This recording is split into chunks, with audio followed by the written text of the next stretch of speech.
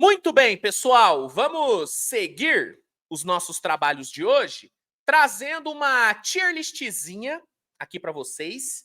E a tier list de hoje será sobre as melhores seleções de basquete dos Estados Unidos de todos os tempos. Quais foram os melhores times que os Estados Unidos montaram para uma Olimpíada? Hã?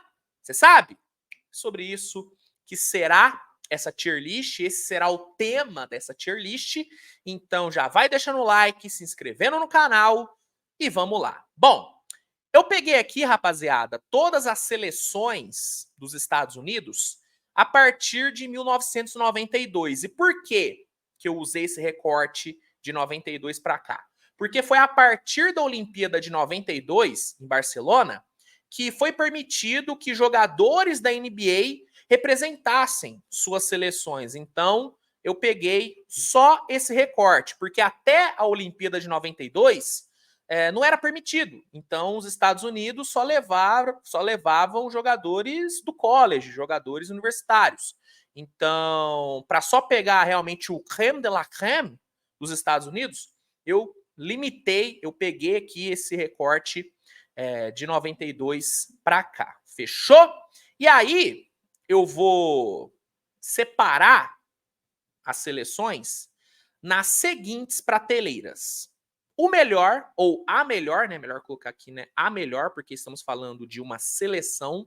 A melhor, lendária, absurda, muito boa, aqui fica abaixo e decepção, tá bom? Eu vou separar as seleções nessas prateleiras e vamos lá, que comece a discórdia, né? Porque não tem como. Tier list é para gerar discórdia, é para gerar discussão. Bom, obviamente, né, rapaziada, eu não vi todos esses times jogar, não vi todas essas seleções. Eu vi que eu vi mesmo foi de 2012 para cá, né? 2012, 16, 20 e 24. Lá ele, né? Quinta série é foda. Perdão.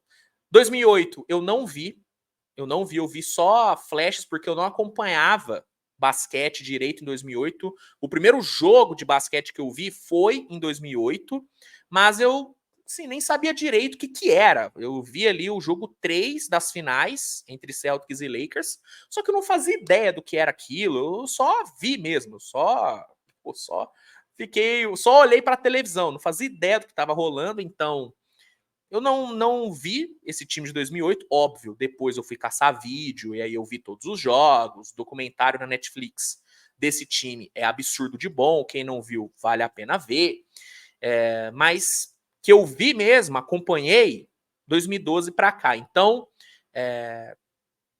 quem puder, né, dar uma opinião mais embasada sobre esses times de 2008 para trás, aí nos comentários, vou ficar muito grato, porque vai enriquecer o conteúdo. Eu vou opinar sobre esses times com base nos vídeos que eu vi, né, nos tapes de jogos e na pesquisa que eu fiz antes de começar a gravar, né? Porque obviamente, né, gente, aqui tem pesquisa. Não sei se tá dando para ver, mas pô, fiz a pesquisa aqui de todos os times, bonitinho, caçar, né, os convocados, os resultados, como é que foi o desempenho de cada time na fase de grupos, na fase eliminatória. Então, o que eu vou conseguir opinar com propriedade, porque eu vi, serão os times de 2012 para cá. Né? Antes disso, vai ser com base, né, nas pesquisas, vídeos e tudo que tem disponível aí na internet. Fechou?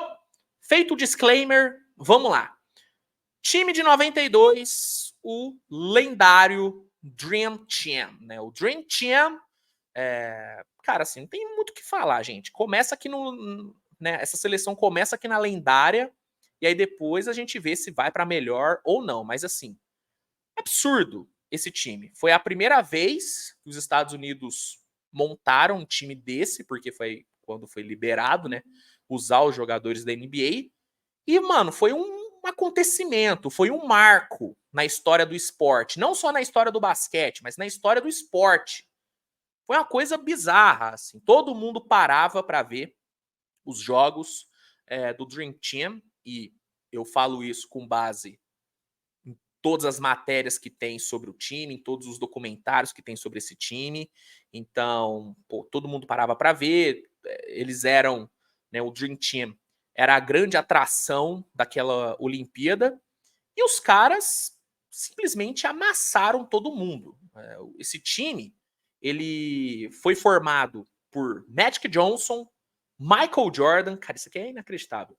Magic Johnson, Michael Jordan, Scottie Pippen, Karl Malone, Pat Ewing, John Stockton, Clyde Drexler, Chris Mullin, Larry Bird, Charles Barkley, o David Robinson e o Christian Laettner, que é o famoso Ken, é o famoso Ken dessa, dessa seleção. Cara, surreal o time que eles montaram. Nesse time tem 11 jogadores que foram pro Hall da Fama. 11! 11! Cara, é assustador. É assustador essa escalação. E assim, mano, os caras porraram todo mundo. Venceram todos os jogos da fase de grupos por pelo menos 33 pontos de diferença. Uma coisa assustadora.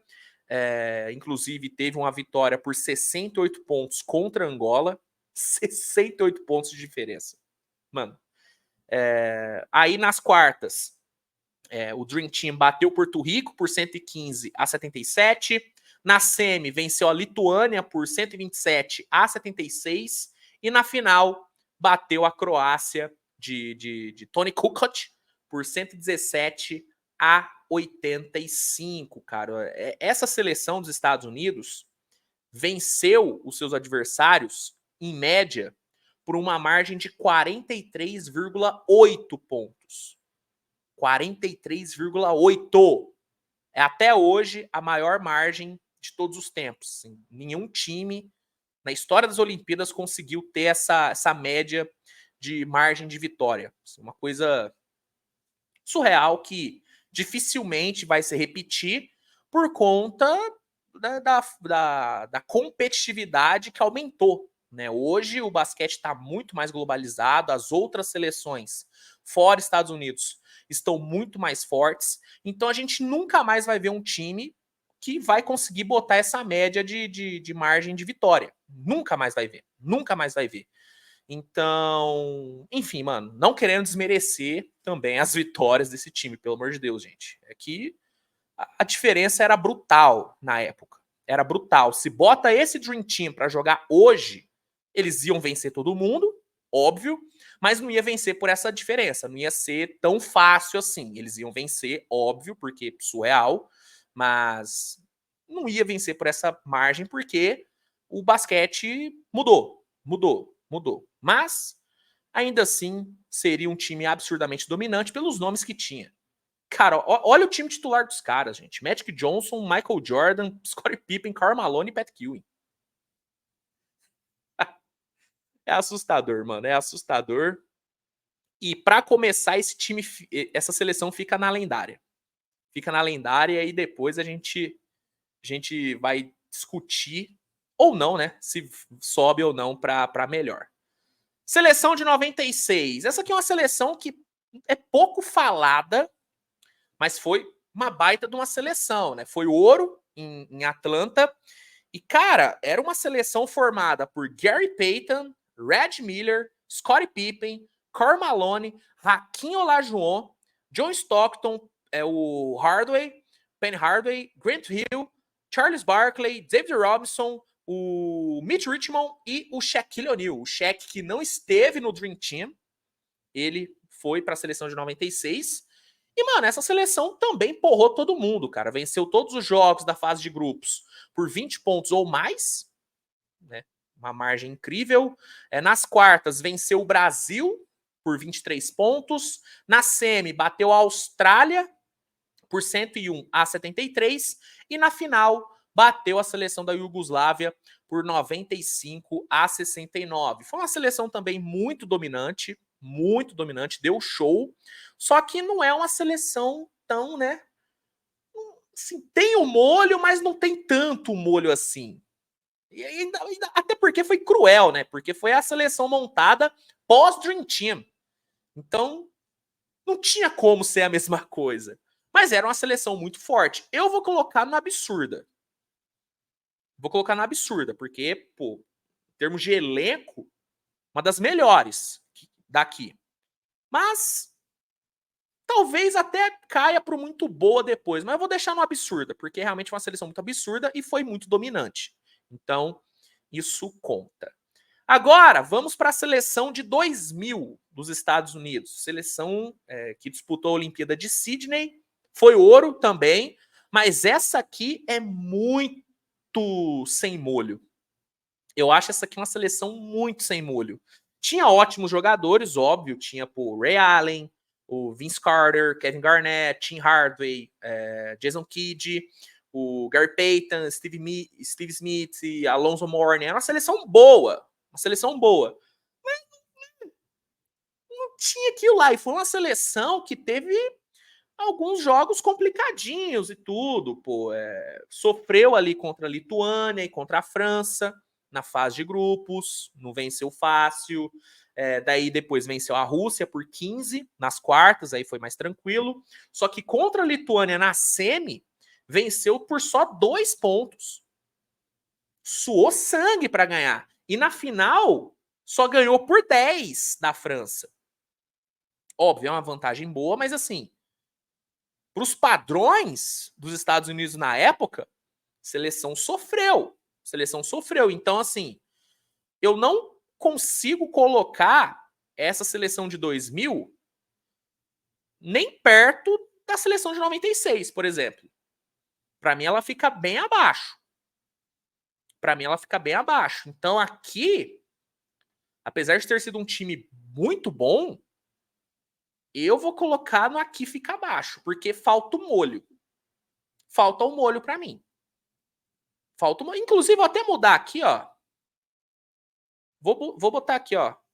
Falta o molho. Falta o molho nessa seleção.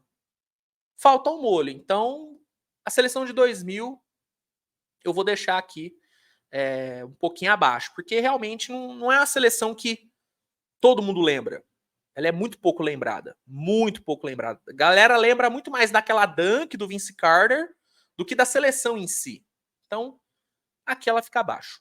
Essa aqui, mano, não tem o que falar. Seleção dos Estados Unidos de 2004, uma das maiores decepções, né? Uma das não, né? A maior decepção da história do basquete americano.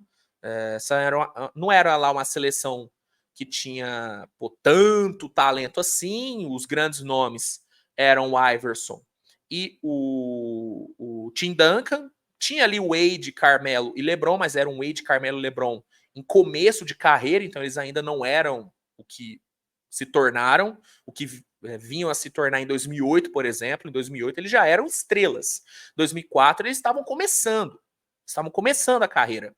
Então não era lá uma seleção tão poderosa assim, mas mesmo não sendo uma seleção tão poderosa assim, não dava para ter perdido os jogos que perdeu. Pô, essa seleção que foi bronze em Atenas, importante ressaltar, perdeu 2 jogos na fase de grupos, perdeu para a Lituânia por 4 pontos e sofreu, na minha visão, a derrota mais humilhante da história do basquete dos Estados Unidos de seleção, que foi a derrota por 19 pontos para Porto Rico. Essa foi, assim, uma humilhação, cara. Foi humilhante essa derrota. Foi humilhante. Se você for caçar o tape desse jogo, você vê o semblante dos jogadores dos Estados Unidos, eles estão, cara, desolados, assim, porque eles não conseguem entender o que aconteceu. Porque não era algo normal na época. Ninguém imaginava que os Estados Unidos poderia perder do jeito que perdeu para Porto Rico. A derrota para a Argentina até dá para entender, porque, pô, a Argentina era um baita time. Aquela geração argentina era maravilhosa. Manu Ginóbili, Luiz Scola. Beleza, a Argentina não fez lá uma fase de grupos tão boa, mas, cara, era a melhor geração da Argentina. Então, mas ao mesmo tempo que era também a melhor geração do basquete porto-riquenho. Entendo. Mas era um nível diferente de jogador. Luiz Scola, o Ginóbili, cara, eram ótimos jogadores absurdos. Nível NBA. Nível NBA. Então, não dava para essa seleção perder do jeito que perdeu para Porto Rico. Foi realmente uma vergonha. E foi uma seleção que não conquistou o ouro, que não chegou na final. Perdeu para a Argentina na semi. Então, assim, foi um vexame. Foi um vexame, tanto que foi pós-vexame de 2004 que os Estados Unidos resolveu montar o Redeem Team, o time da redenção em 2008, em Pequim, que para mim é uma seleção lendária e muito lendária. Muito lendária. Apesar de eu não ter vivido o Redeem Team, se você for ver o documentário que tem na Netflix, mano, é uma coisa inacreditável, assim. Um nível de talento e um nível de entrega dentro de quadra que, mano, é absurdo, assim. Esse time, ele foi formado por Chris Paul, Kobe Bryant, LeBron James, Carmelo Anthony, Dwight Howard, Jason Kidd, Deron Williams, que era craque da bola, Dwayne Wade, que foi sexto homem desse time, Michael Reed, o Tyshawn Prince, que era meio que o Derek White da época, Chris Bosh e Carlos Boozer. Time muito bom. Muito bom. Muito forte. E foi um time que, mano, porrou todo mundo na fase de grupos. Venceu todos os jogos por pelo menos 21 pontos, no mínimo por 21 pontos. Amassou a Austrália nas quartas por 116-85, com 25 pontos do Kobe. Kobe jogou muito nessa Olimpíada, jogou demais. Na semi, bateu a Argentina por 101-81, foi uma vingança. Os caras lavaram a alma ali contra a Argentina. E na final, fizeram um jogo maravilhoso contra a Espanha. Esse foi um dos melhores jogos da história do basquete olímpico. Sabe, um jogo incrível de um lado, esse time surreal dos Estados Unidos, do outro, a Espanha, comandada pelo Paul Gasol. E foi um jogo incrível, 118-107 foi o placar no final, placar favorável ao Redeem Team. E, cara, o Wade jogou muito. O Wade meteu 27 pontos nesse jogo. O Wade jogou demais. E foi, cara, foi uma baita campanha. Foi um time realmente que marcou época. E, para mim, é uma seleção lendária. Essa seleção dos Estados Unidos de 2008, ela é nada menos do que lendária. Lendária é o mínimo para mim aqui. É o mínimo. É o mínimo. Cara, que time, velho. Que time. Muita gente começou a acompanhar basquete por conta desse time de 2008, mano. Muita gente. Então, esse time de 2008, ele foi o Dream Team de uma geração. Para uma geração, esse aqui foi o Dream Team dos Estados Unidos. Pra galera que não viu 92, esse aqui foi o Dream Team. Entendeu? Então, lendária. Lendária, lendária, lendária. E aí vem o time que até a formação desse time de 2024 era o meu Dream Team, que foi o time de 2012. Como eu já falei, eu não vi 2008, não vi nenhuma dessas outras, mas o de 2012 eu vi, né, que foi o time que foi a Londres, que foi para Londres. E até esse time que os Estados Unidos montou para Paris, esse era o meu Dream Team. Cara, essa seleção de 2012, ela teve um impacto muito grande na minha vida. Porque em 2012 foi onde eu comecei, de fato, a acompanhar basquete, principalmente a NBA. Principalmente a NBA. E essa seleção, eu acho que foi ali que eu realmente me apaixonei. Eu já estava in love com basquete antes da Olimpíada, mas foi durante a Olimpíada, vendo esse time de 2012, que, mano, me deu um clique. Eu falei, cara, eu amo essa porra. Eu amo essa porra. Entendeu? E mano, teve um impacto enorme na minha vida. Talvez, se não fosse esse time de 2012, dos Estados Unidos, talvez hoje eu não estaria produzindo conteúdo, mano, sobre basquete, sobre NBA. Entendeu? A NBA, ela me cativou, só que foi esse time de 2012 que meio que me fidelizou no basquete. Que a partir daí eu não consegui mais parar de ver, mano. Então, esse time de 2012, ele tem uma importância muito grande pra mim e tem um lugar muito tem um lugar dele no meu coração, né? Então, eu tenho um carinho gigantesco por esse time. A minha vontade é colocar esse time aqui no lendário, aqui na prateleira lendária, mas eu acho que o consenso geral é que essa seleção não entra no lendária.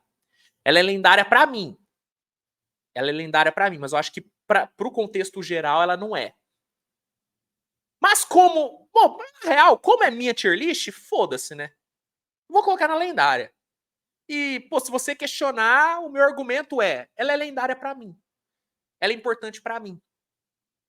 E a campanha desse time de 2012 foi surreal. Só passando aqui a escalação, com qualquer time, era um time formado por Chris Paul, Kobe Bryant, LeBron James, Kevin Durant, Tyson Chandler, Russell Westbrook, e esse é um fato também que contribui para, né, para essa paixão que eu tenho por esse time de 2012. 2 jogadores do time que eu havia recentemente começado a torcer estavam nesse time, né, Durant e Westbrook. Eu tinha né, 3 na real, né, tinha também o James Harden. Eu tinha recém começado a torcer pro Thunder e cara, 3 jogadores do meu time estavam nessa seleção, então isso também contribuiu para essa paixão que eu cultivo por esse time. O Russell Westbrook, Deron Williams, Kevin Love, James Harden, André Iguodala, Carmelo Anthony e Anthony Davis. Esse foi o time que os Estados Unidos montou para 2012 e foi um time que venceu todo mundo na fase de grupos por 27 pontos ou mais. O único que foi por menos de 27 foi a Lituânia, que os Estados Unidos venceu por 5. Nas quartas, venceu a Austrália por 119 a 86. Na semi, venceu a Argentina por 109 a 83. E na final, tivemos mais um jogo muito bom entre Estados Unidos e Espanha. De novo, os dois se enfrentaram na final. De novo, deu Estados Unidos. E de novo, por um placar apertado. Em 2008, foi 118 a 107. Em 2012, foi 107 a 100, com Kevin Durant dropando 30 pontos na final. Kevin Durant, nossa, vou te falar, o que eu era alucinado pelo Kevin Durant em 2012, não era pouco não. Não era pouco não. Eu sempre tive um amor maior pelo Westbrook. Eu já falei algumas vezes que eu comecei a torcer pro Thunder por conta do Westbrook. Só que o Kevin Durant, ele era, mano, meu herói. Ele era o franchise player do meu time. Entendeu? Então, pô, em 2012 eu era muito fanboy do Kevin Durant. Muito fanboy. E nessa final eu lembro que eu fiquei maluco. Fiquei maluco com o Kevin Durant. Fiquei maluco. E meus pais, que hoje eles acompanham até um pouco mais de basquete por minha causa. Mas na época eles não acompanhavam nada. Então eles não estavam entendendo por que eu tava gritando igual um maluco. Pô, em 2012 eu tinha 13 anos. Eles não estavam entendendo porque tinha uma criança de 13 anos gritando pro time dos Estados Unidos, nem era o Brasil. Então, cara, eu tenho muitas memórias afetivas dessa época, mano. Esse time realmente foi muito importante para mim. Muito importante. Tem que estar na lendária. Tem que estar na lendária. Tem como. Tem como. Vai ficar aqui. Vai ficar aqui. Quem reclamar, paciência. É a minha tier list, é a minha opinião. E no meu coração, esse time de 2012 é lendário. Indo agora para o time de 2016, Olimpíadas do Rio. Ouro também. E, cara, esse time eu acho que é um time meio subestimado, viu? Esse time de 2016 eu acho que ele é meio subestimado, porque foi um puta time também. Um puta time, ó. Kyrie Irving, Paul George, Kevin Durant, Carmelo Anthony, DeMarcus Cousins no auge, Kyle Lowry, DeMar DeRozan, Jimmy Butler, Klay Thompson, Harrison Barnes, o Draymond Green e o DeAndre Jordan. DeAndre Jordan, que na época jogava bola. Jogava bola. Era um ótimo time.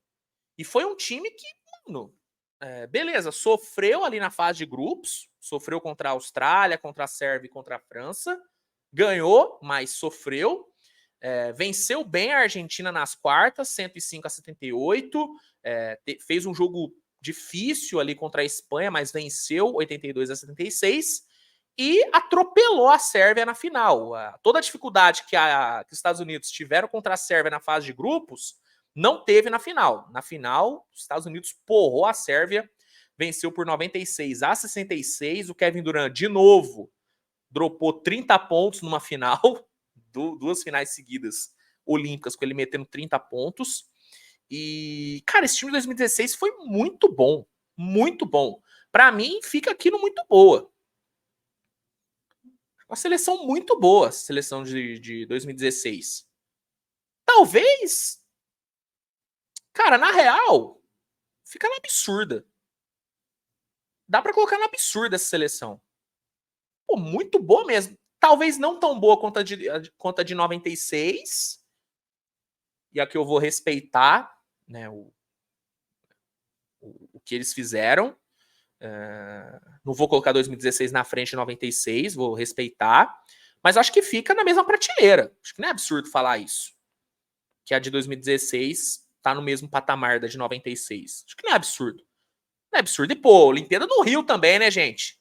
Carmelo Anthony tirando foto na favela. Pô, muito foda. Muito foda. Simbólica demais essa seleção.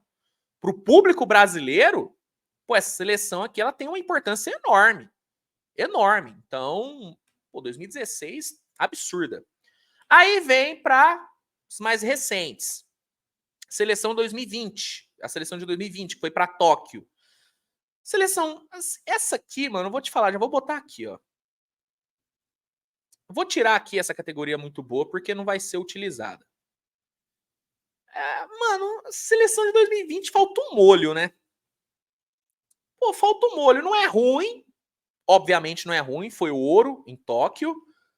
Mas assim, você olha, você puxa a convocação, Bam Adebayo, Devin Booker, Kevin Durant, Jeremy Grant, Draymond Green, Drew Holiday, Keldon Johnson, Zach LaVine, Damian Lillard, Javel McGee, Chris Middleton e Jason Tatum.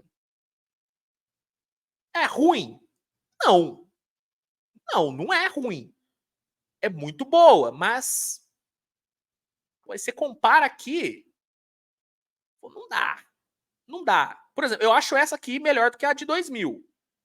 Acho a de 2020 melhor que a de 2000. Apesar de que a de 2020, isso é importante pontuar, perdeu para a França, 83-76 na fase de grupos, tomou 28 pontos do Evan Fournier e sofreu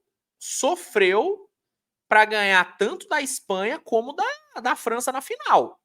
Nas quartas contra a Espanha, venceu por 95-81, tomando 38 pontos do Ricky Rubio. Se não é o Kevin Durant ali metendo 29, tinha dado ruim para os Estados Unidos. Kevin Durant salvou. E contra a França, venceu por 87-82. Kevin Durant teve que meter 29 para salvar. Então, na real, ela fica abaixo da de 2000.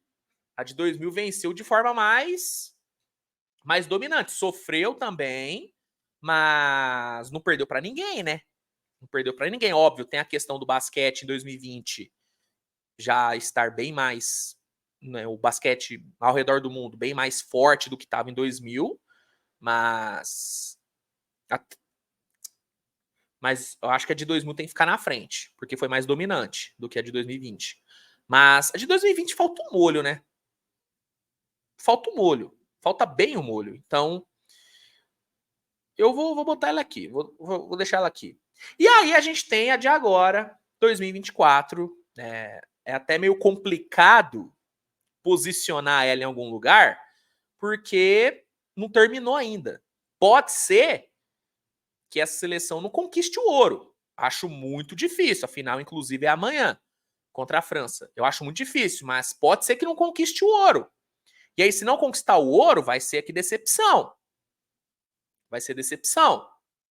Mas me escorando aqui né,